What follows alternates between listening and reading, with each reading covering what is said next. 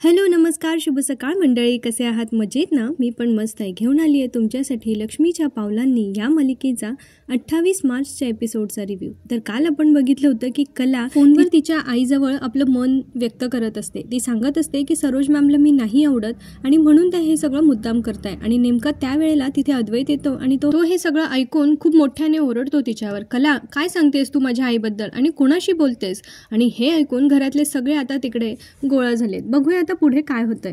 कला अद्वैतला खूप रिक्वेस्ट करत असते की माझं ऐकून तरी घे, पण अद्वैत काय ऐकून घेण्याच्या मनस्थितीतच नसतो. तो म्हणतो काय ऐकून घेऊ मी तुझं आणि का? आता सगळे लोक त्यांच्याकडे बघत असतात. त्यावेळेला नैना तिच्या मॉमिन लॉला म्हणत असते की आता तुमच्या डॅडने एंट्री नको घ्यायला, नाहीतर ना सगळ्या पेटलेल्या आगीवर भस्कन पाणी ओतल्यासारखं होतं. त्यावेळेला रोहिणी म्हणते अगं सरोज वहिनी येते, भल्या भल्यांना पाणी पाजलंय तिने. आत्ता तिने जी आग लावली आहे ना ती इतक्यात काय आटोक्यात येणार नाही आहे बरं का. आता अद्वैतचा आवाज ऐकून आबा रूममधून बाहेर येतात आणि ते म्हणतात अरे काय झालंय, काय लावलंयस, काय एवढा आरडाओरडा चाललाय? त्यावेळेला आता अद्वैत त्यांना सांगतो की ही खरे ना भयंकर चुगल्या करते, इकडचं तिकडे करण्यात तिचा कोणी हात धरू शकत नाही. कला त्याला सांगत असते की अरे माझं ऐकून तर घे. मग ती आजोबांना सांगायला जाते की आजोबा मी फक्त माझ्या आईशी. तेव्हा अद्वैत तिला बोलूच नाही देत आणि तिला एकदम जोरात ओरडतो, म्हणतो शडाप. आता लगेच आजोबा आजोबा करून त्यांच्या मागे लपू नकोस, असं समजू नकोस की ती तुझी बाजू घेतील. आबा नेहमी खऱ्याची बाजू घेतात, कळलं तुला? आणि हे आता तू मान्य कर की तू चुकली आहेस, ह्या वेळेला तू चुकीची आहेस.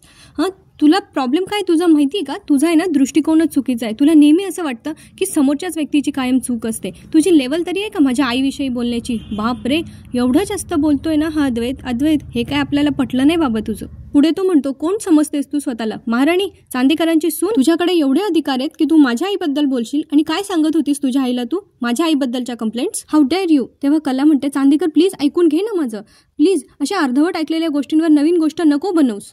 अद्वैत सांगतो मी अर्धवट गोष्टी बनवतोय आणि का ऐकून घेऊ मी तुझं?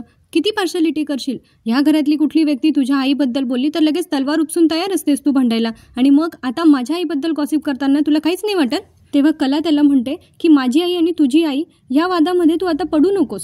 आणि हे काय चाललंय तुझं केव्हापासून? गॉसिप काय, कंप्लेंट काय, चुगली काय? मी असं काहीही केलेलं नाहीये. तर अद्वैत तिला म्हणतो की तू इतके डबल गेम खेळतेस ना की तोंडावर बोलण्या वाचून काही पर्यायच उरलेला नाहीये. पुढे अद्वैत जे बोलतो ना ते कुठल्याच गृहिणीला ऐकून घ्यायला आवडणार नाही. तो म्हणतो की आमच्याच घरी राहतेस, आमच्याच घरी खातेस आणि माझ्या आईबद्दल असं बोलतेस, बाहेर चुगली करतेस. कला काहीतरी बोलण्याचा प्रयत्न करते पण आबा तिला विचारतात कला अद्वैत जसा बोलतोय तसं तू काही बोललीस का? तेव्हा कला सांगते हो आबा, पण आता अद्वैत म्हणतो आबा आता हिला मान्य केलंय ना, मग विषय तिथेच संपला. कला पण शिवाय पुढे काही बोलतच नाहीये. काय माहिती आज कलाला काय झालंय. अद्वैत म्हणतो आता पण नाही बिन नाही. मग तो त्याच्या आईला सांगतो आई तुम्हाला एकदम बरोबर सांगत होती, ही मुलगी आहे ना प्रचंड मॅनिप्युलेटिव्ह आहे. एखाद्या व्यक्तीकडे हिचं काम असेल ना तर प्रचंड मागे पुढे करेल आणि ते काम संपलं की त्या व्यक्तीबद्दलचा खोटा आदर पण संपतो हिचा. नैना आणि रोहिणी जाम खुश होत असतात ह्या सगळ्या ड्रामाने. आणि नैना आता ती रोहिणीला म्हणत असते की मॉमीनला हे सगळं असं कसं काय होतंय? आपण तर काहीच नाही केलं आणि हे सगळं इतकं मज्जा घेण्यासारखं सीन कसं काय क्रिएट झालंय?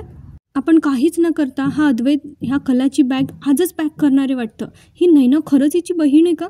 तू फक्त आता बघत राहा असं रोहिणी म्हणते. नंतर हा सीन आहे ना नंतर अशा लयला जाऊन पोचणार आहे ना की सरोज वहिनी आणि अद्वैत यांचे कौतुक करण्यासाठी आपल्याकडे शब्द अपुरे पडतील बघ. तेव्हा आता नैना अजून सांगते हा मेलोड्रामा जरा कमी नाही वाटत आहे का? अजून थोडा वाढला पाहिजे का? आता रोहिणी जाते मध्ये आगीत तेल ओतायला आणि कलाला म्हणते हे काय केलंयस तू कला? दिस इज शॉकिंग. सरोज वहिनीबद्दल तू असं कसं काय बोलू शकतेस? दिवसभर तर तू सरोज मॅडम करत असतेस ना. मला वाटलं तुझ्या मनात तिच्याविषयी आदर आहे आणि नंतर तिच्या मागून अशी कारस्थानं करत असतेस तू. तेव्हा कला म्हणते रोहिणी मॅम प्लीज, कुठला विषय कुठे नेताय तुम्ही? तर आता नैना मध्ये पडते आणि म्हणते हे तू आहे ना या माझ्या मॉम इन लॉ आहेत. तुझ्या मॉम इन लॉबद्दल खूप काही बोलून झालंय, पण मी माझ्या मॉम इन लॉबद्दल ऐकून घेणार नाही. आली मोठी. खरं तर आहे ना अद्वैतला नैनासारखीच मुलगी अद्वैतच्या नशिबात हवी होती, पण ना ती कला चुकून त्याच्या नशिबात पडली. याला कदर ना काही तिची बावळट कुठला अहंकारी. नैनाचं पण अजून काही संपलेलं नाहीये. ती कलाला म्हणत असते की सरोज मॅमचा शब्द पाळला जातो या घरात. हा बिझनेस त्यांनी किती हिमतीने मोठा केलाय आणि त्यांचं कौतुक करायचं सोडून तू हे असं वागतेस. तेव्हा कला तिला सांगत असते की नैनाताई प्लीज तू उगाच काही बोलू नकोस. तर नैना म्हणते का गं, आजकाल घरात सगळं तुला करायचं असतं, ऑफिसला पण तुला जायचं असतं, हे सगळं करून तुला काय दाखवायचंय? तुला सरोज मॅमची बरोबरी करायची आणि म्हणून तू असं वागतेस का? पुढे मोठी नैना तिला सांगत असते की हे बघ अद्वैतलाच काय, पण त्याच्या आईबद्दल असं बोलल्यावर ना मला सुद्धा राग येईल. मला सांग उद्या आपल्या आईला कोणी असं घरी येऊन बोलून गेलं तर तुला आवडेल का ते? तेव्हा आत्ता कुठे जाऊन कला थोडंसं बोलली. ती म्हटली अजिबात नाही आवडणार, पण चांदेकर माझं बोलणं न ऐकून घेता मला दोषी ठरवतोय आणि त्याने फक्त गैरसमज वाढताय एवढंच माझं म्हणणं आहे. तर अद्वैत म्हणतो वा म्हणजे इथे पण माझाच गैरसमज होतोय. म्हणजे कसं आहे ना आबा, जगातला सगळ्यात बुद्धिमंत माणूस जरी हिच्या समोर आणून उभा केला ना तरी ही त्याला सुद्धा वेडं ठरवेल. आता कला त्याला सांगत असते, अद्वैत मला बोलू तरी दे की मी काय बोलत होते ते. अद्वैत तिला बोलू देत नाही, पण आता आबा सांगतात की अद्वैत तिला बोलू दे.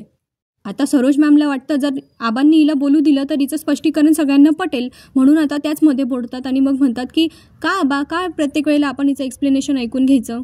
आबा हिला आता जर काही बोलू दिलं नाही, परत काहीतरी खोटं कारण देऊन आहे ना ती कशी बरोबर आहे हे असं सगळं म्हणून स्वतःला सेव्ह करून घेईल. आणि काय ग, तुला काय तो मूर्ख वाटला? त्याने स्पष्ट त्याच्या कानांनी ऐकलंय. एवढं सगळं होऊन सुद्धा त्याने तुला या घरात ठेवून घेतलंय. तो काय मूर्ख वाटला का तुला? हां, आबा सांगतात अगं सरोज तिला बोलू तरी दे. त्यावेळेला सरोज म्हणतात नाही आबा, आज या मुलीने माझ्याबद्दल वाईट बोललंय, उद्या तुमच्याबद्दल बोलेल आणि जेव्हा ती तुमच्याबद्दल बोलेल ना तेव्हा मी तिला स्पष्टीकरण नाही विचारणार, सरळ जाब विचारेल आणि या घराबाहेर काढेल. अच्छा, हेच हवंय तर यांना की आता कलाने काही करून घराबाहेर गेलं पाहिजे. पुढे ते म्हणतात आणि काय ग, सासूविषयी वाईट बोलताना तुझ्या आईने तुला समजावून सांगितलं नाही की ही वाईट वृत्ती आहे, हे असं बोलू नकोस. हां, पण नाही, त्याही तशात तुम्ही सगळे खरे ना एका माळेचे मणी आहात.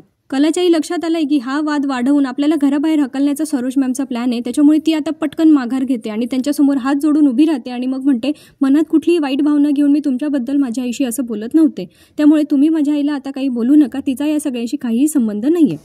पण कला आता एक प्रकारे माफी मागते हे बघून नाही ना, आणि रोहिणीचं काही समाधान झालेलं नाही. त्यांना ही मजा अजून पाहिजे होती ना.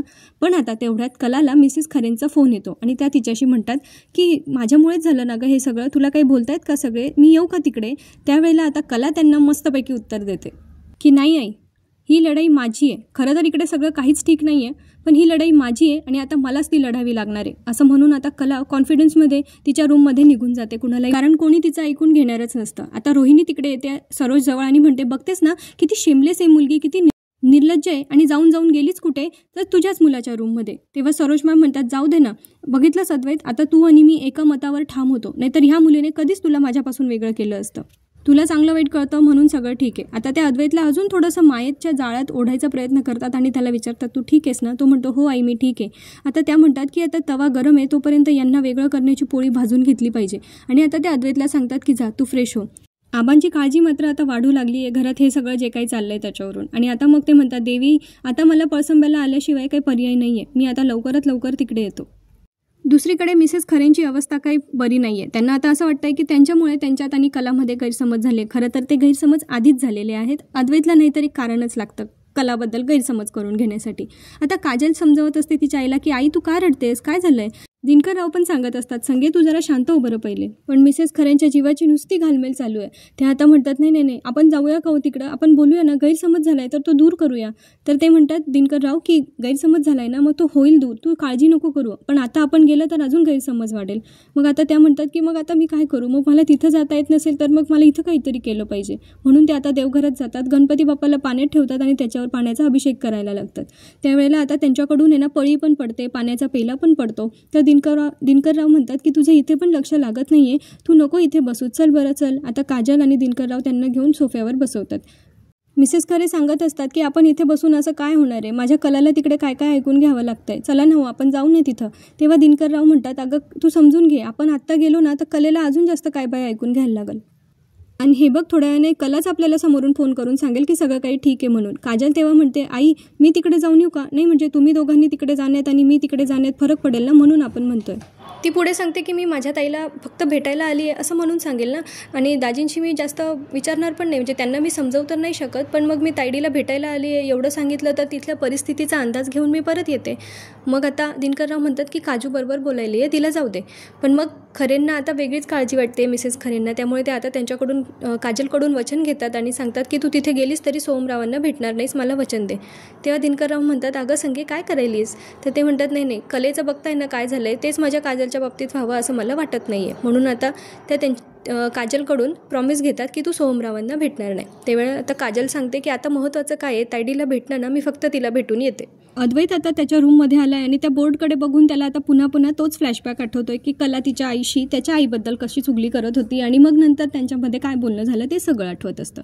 त्यावेळेला कला तिकडे येते आणि मग ती म्हणते की म्हणजे ती मनातल्या मनात म्हणत असते की मला याच्याशी आता बोलावं लागेल, नाही बोलले ना तर आमच्यातला हा गैरसमज वाढेल आणि आमचं नातं ह्या कारणामुळे तुटलेलं मला अजिबात नाही आवडणार. तिला हा गुंथा सोडवायचा आहे म्हणून ती आता त्याच्याशी बोलायला जाते.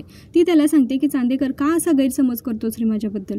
हे बघ, तू खाली पण मला काही बोलू दिलं नाहीस. मी फक्त माझ्या आईशी बोलत होते, माझं मन मोकळं करत होते. तूच मला सांग, या घरात कोणी आहे का असं ज्याच्याशी मी माझ्या मनातलं बोलू शकते? असं वातावरण आहे का घरात? तेव्हा अद्वैत म्हणतो, का नाहीये? आबांना तर तू खिशात घातलंयस, तू त्यांच्याशी बोलू शकत होते. तेव्हा कला म्हणते, हो बोलू शकत होते ना, पण आपलंच ठरलंय ना की आपल्या ह्या बोलण्यामुळे, ह्या अशा वातावरणामुळे आबांच्या प्रकृतीला त्रास होतो, म्हणून मी नाही बोलले काही. अद्वैतला आता थोडं थोडं कलाचं पटतंय.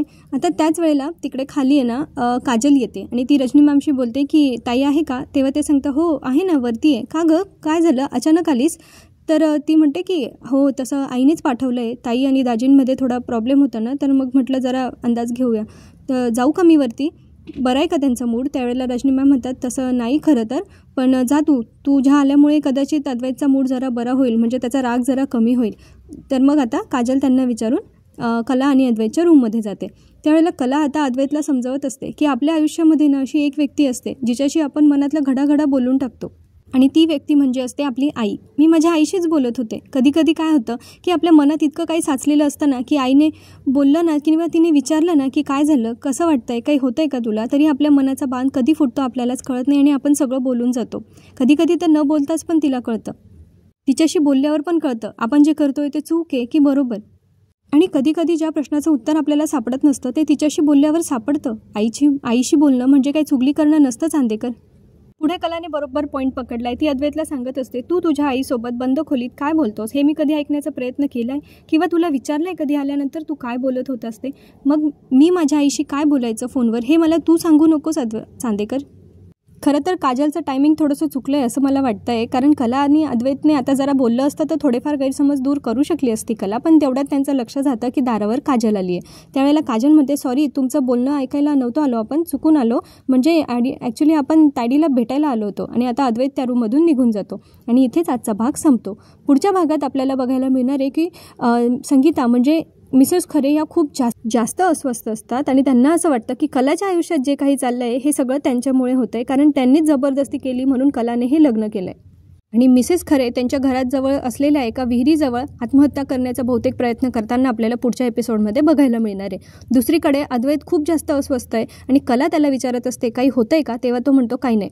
पण कला त्याला पुन्हा पुन्हा विचारत असते की काही होतंय का. काय माहिती आता अद्वैतच्या ह्या अस्वस्थतेचं कारण काय असणार आहे आपल्याला पुढच्या भागामध्येच बघायला मिळणार आहे. तर आजचा माझ्या आवाजातला रिव्ह्यू कसा वाटला हे मला कमेंट करून नक्की सांगा. चॅनलला सबस्क्राईब करा.